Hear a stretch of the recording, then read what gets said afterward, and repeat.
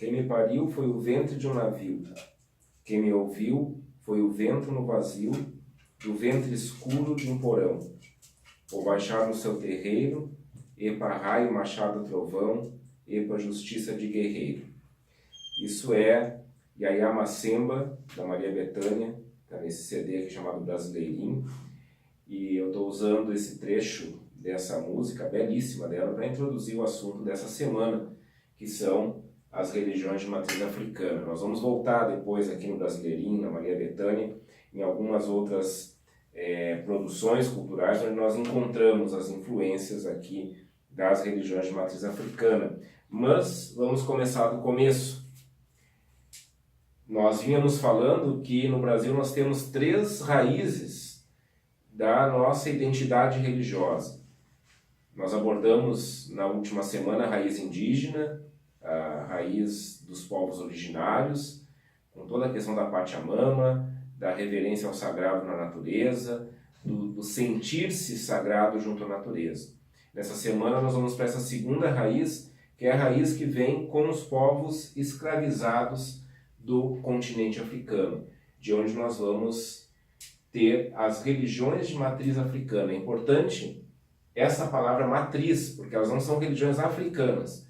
As religiões, as tradições religiosas do continente africano, pelo menos as tradições originárias do continente africano, elas são bastante diferentes daquilo que se tornou prática aqui no Brasil. Portanto, elas são de matriz africana e nós já vamos ver por quê. O primeiro dado é esse. Essas religiões surgem de povos que vêm para cá em condição de escravidão. E, portanto, elas surgem como uma forma de resistência a essa escravidão. Povos escravizados fazem resistência à escravidão tentando manter viva a sua própria identidade, a sua própria cultura. E isso, entre outras coisas, se dá com a manutenção da linguagem. Nós temos muitas palavras da língua portuguesa que derivam dos idiomas falados por esses povos vindos do continente africano. Na estética, nem precisa falar muito. O Brasil tem muita influência estética dos povos de origem africana e na mística desses povos. Lembram que eu falava 2 semanas atrás de que a grande marca das religiões de matriz africana, dessa fonte religiosa que nós temos no Brasil, é a questão da sacralidade no corpo. Isso realmente está presente nessas religiões de matriz africana. Nós vamos ver um pouco como é que isso se dá nessa nossa aula. Os povos que vêm para cá, eles são de vários lugares, né? E era uma estratégia dos colonizadores europeus misturar diferentes tribos, diferentes nações na escravidão para que elas não pudessem se organizar e não pudessem combater essa condição de escravidão. Então eles eram retirados lá do continente africano, atravessavam o oceano, muitos não chegavam aqui. Acho que todos nós estudamos isso suficientemente, ou não ainda, né, sobre a vergonha chamada navio negreiro que trazia essas pessoas para cá em condições totalmente insalubres. Muitos morriam durante a travessia do oceano. E estes povos, por mais diferentes que eles fossem, nós encontramos isso muito no continente africano, trazem a marca do ancestralismo. O ancestralismo, dentro do campo religioso, ele é a compreensão de que aquelas pessoas que são da comunidade, que são daquele lugar, daquele grupo social, quando morrem, elas continuam habitando aquele grupo com uma mediação diferente. Elas se tornam protetoras daquele grupo, elas se tornam conselheiras espirituais daquele grupo, ou desagregadoras do grupo, se a vida delas era uma vida de desagregação. Então isso é uma marca que vem junto com esses povos, a marca do ancestralismo. E esse ancestralismo, lá no seu fundo, ele vai remeter àquilo que é chamado, principalmente no Yorubá, de orixá, os orixás, que seriam os primeiros ancestrais, os primeiros reis e rainhas do continente africano, criados por Olorum, que é o grande criador de tudo aquilo que existe, segundo a mística desses povos. E esses reis e rainhas, os orixás, eles são os guardiões dos elementos da natureza. A cada elemento da natureza criado por Olorum, ele colocava lá como guardião um desses reis ou rainhas. Ou melhor, de certa forma, ou em alguns entendimentos, Esses orixás são a própria personificação desses elementos naturais. Então eles sempre vão estar associados a alguma coisa que está ali na natureza, naquilo que o Olorum criou. Então nós vamos ter o orixá da mata, nós vamos ter o orixá do rio, do oceano e assim por diante. Então a natureza, da mesma forma que para os povos originários da América Latina, como a gente falava semana passada, ela guarda uma sacralidade. Aqui tem uma diferença, porque quando esses orixás vão se manifestar, eles precisam ocupar um corpo, eles precisam ocupar o físico de alguém para conversar com a comunidade. E aqui se encontra uma das diferenças entre as religiões de matriz africana e as religiões dos povos originários. Em termos de Brasil, nós temos muitas manifestações de religiões de matriz africana, mas eu trago aqui as duas que eu considero as principais, talvez não sejam, mas até agora, naquilo que eu tenho estudado, elas aparecem sempre como as grandes agregações de religiões de matriz africana, que são o candomblé e a umbanda. Há quem confunda um com o outro, mas elas têm diferenças bastante marcantes, apesar de também terem muitas semelhanças. A mais antiga é o candomblé. Os primeiros registros do candomblé dão conta lá do século XVIII, mas já se sabe que antes disso o candomblé já era praticado. E o que é o tal do candomblé? O candomblé, a palavra candomblé significa casa dos tambores. E aí, na sua origem, ele tem algo muito interessante. Cada uma dessas nações que vinha para cá em condição de escravidão tinha o seu culto a um orixá. Quando eles são misturados, essas nações são misturadas, então vai se ter ali vários cultos a vários orixás, o que era uma coisa inédita para esses povos. Dentro da senzala, que era o lugar que eles habitavam, na condição de escravos e escravas, eles começam a organizar então cultos coletivos aos vários orixás, aos vários reis e rainhas originários do continente africano.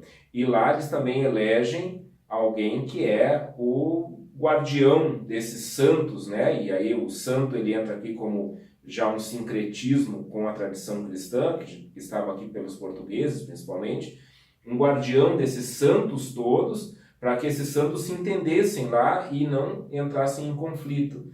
Esse é o pai de santo.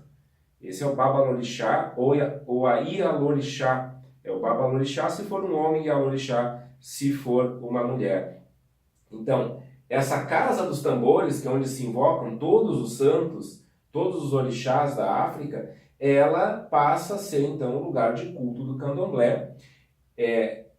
Esse culto ele vai se dando às escondidas, porque lá pelas tantas, então, os sacerdotes que também estão lá escravizados, eles pedem imagens de santos cristãos e santas cristãs para fazerem orações dentro da senzala, mas esses santos vão para lá com uma outra função, que é personificar o orixá.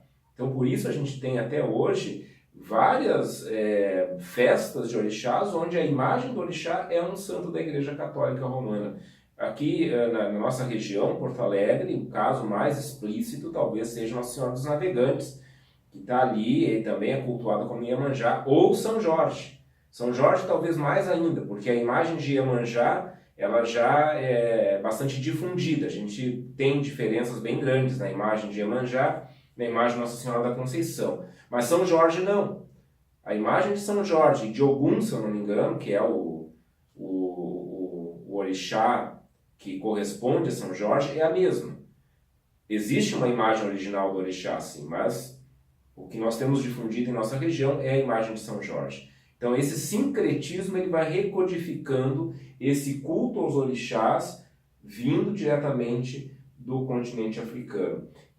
E por causa disso, por ser algo que remete às nações da África, também no Brasil o candomblé vai se dividir em nações. Se dividir não, vai se organizar em nações. Essas nações conversam entre elas. No Rio Grande do Sul predomina a nação Ijexá. Então aí a gente começa a ver que há manifestações e nuances e diferenças nessas culturas vindas da África em cada estado, em cada região do país. Já a Umbanda vai nascer lá no início do século XX.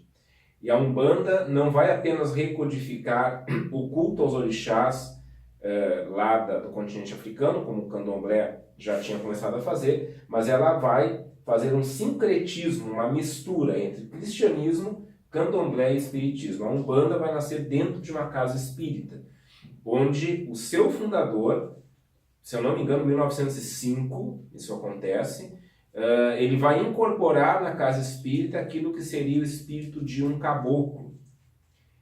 Este caboclo, que ele vai dizer que é o caboclo das 7 encruzilhadas, daqui a pouco eu explico essa simbologia da encruzilhada e do 7, ele seria a voz do espírito dos indígenas, dos povos originários, que foram mortos aqui, que não ganharam túmulo ou que não tinham lugar na casa espírita para se manifestar.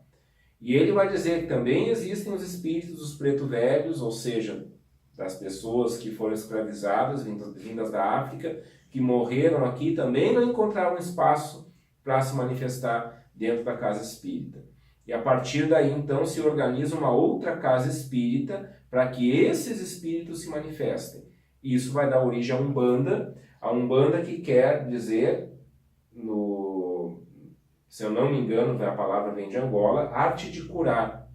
Porque a Umbanda vai trabalhar basicamente com isso. Enquanto o candomblé vai fazer das suas celebrações um culto aos orixás, a Umbanda vai trabalhar, principalmente tirando isso do espiritismo, pegando isso do espiritismo, com a questão do atendimento à pessoa e também aos seus males espirituais ou até físicos, como também se faz no espiritismo. A Umbanda vai invocar os orixás e as linhas dos orixás, é um pouco diferente do candomblé. Essas linhas dos orixás são os exércitos dos orixás. Lembrem que os orixás são os reis e rainhas da África. Que exército é esse? O exército das pombagiras, dos pretos velhos, dos caboclos, das crianças, dos exus e assim por diante. Tudo isso vai estar presente aqui na Umbanda. Essa cultura vinda da África, ela está presente de norte a sul do Brasil, com diversas nuances diferenciadas em cada estado. Vocês vão encontrar um material muito rico no Moodle nessa semana, tratando de como que a gente encontra aqui no Rio Grande do Sul essas manifestações de origem africana. Tem um documentário lá importantíssimo chamado O Grande Tambor, onde a gente vai ver a história do Giba Giba, músico aqui de Porto Alegre, que resgatou o tambor de sopapo, que era o tambor ritual dos rituais do candomblé, se eu não me engano, do candomblé aqui no Rio Grande do Sul. Fora tudo aquilo que a gente tem no litoral do Rio Grande do Sul, que é também de origem africana e que é música e ritualística própria que não tem em nenhum lugar do Brasil. Culturalmente falando, a gente pode ir do carnaval, a maneira como a gente celebra o carnaval, que é altamente influenciada por essas religiões de matriz africana. Isso aqui está entranhado no DNA brasileiro. Até manifestações culturais onde a gente a princípio não liga, mas a gente vai encontrar lá. Eu quero dar alguns exemplos. Se nós olharmos um dos grandes movimentos culturais brasileiros que se organizou lá na década de 60 para a década de 70, como um movimento cultural de juventude contra a ditadura e tal, a Tropicália, nós vamos encontrar muita coisa do candomblé. A começar pelo que o Caetano Veloso, o Gilberto Gil e a Maria Bethânia tinham como, e tem até hoje, como culto pessoal, né? Isso também aqui nesse documentário, Os Doces Bárbaros, onde eles se apresentam caracterizados como orixás, isso é muito claro. Então, boa parte da produção, principalmente desses três, dentro da Tropicália e nas suas carreiras, traz muito daquilo que é o linguajar, a ritualística e a estética do candomblé, principalmente, mas também algumas coisas da Umbanda. Ainda nessa linha, eu falava para vocês aqui no início, né, citava uma parte da letra dessa música da Maria Bethânia, que está aqui nesse CD. A Maria Bethânia é um dos grandes expoentes, né, da nossa MPB e que trabalha muito em suas letras as questões místicas aqui do candomblé e da Umbanda, com um sincretismo muito bonito, porque aqui ela tem música para Santo Antônio, para São Jorge, é um monte de coisa legal, e a Maria Bethânia não é uma cantora gospel, então vamos prestar atenção nisso, não é alguém que está aqui fazendo música para converter uma pessoa para uma religião. A arte da Maria Bethânia é essa. Aí eu estou falando de MPB, mas vamos avançar um pouquinho. Chico Science, Nação Zumbi, depois a Nação Zumbi, depois a morte do Chico Science. Nação Zumbi que inaugurou um movimento baseado num ritmo que vem do candomblé, ou que tem a ver com o candomblé, que é um ritmo, né, principalmente lá de Pernambuco, de Recife, aliás, o maracatu, e que de alto a baixo nas suas músicas tem elementos aqui das religiões de matriz africana. Por último, né, já falei no Giba Giba, vocês têm lá o documentário, mas eu quero trazer alguma coisa que a gente não associa imediatamente à figura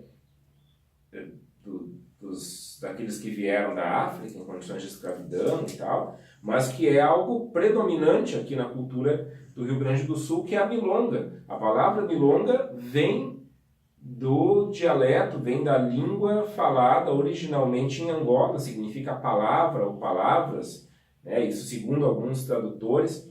E a gente tem nesse álbum do Vitor Ramil, chamado Delibab, nós temos a adaptação que ele faz, um poema do Borges, do Jorge Luiz Borges, né, da Argentina, um grande literato argentino, para um poema dele que ele faz chamado Milonga dos Morenos. Aí é o Vitor Ramil e o Caetano Veloso cantando a chegada do negro aqui no Cone Sul e como que ele se envolveu nas independências do Uruguai, da Argentina, como é que ele esteve no Rio Grande do Sul e assim por diante. Só sobre negro no Rio Grande do Sul a gente teria muito para falar, porque a gente subestima a presença e a influência africana aqui em nosso estado. Então tem muita coisa para a gente ver, para a gente estudar nessa semana. Boa aula e até a semana que vem.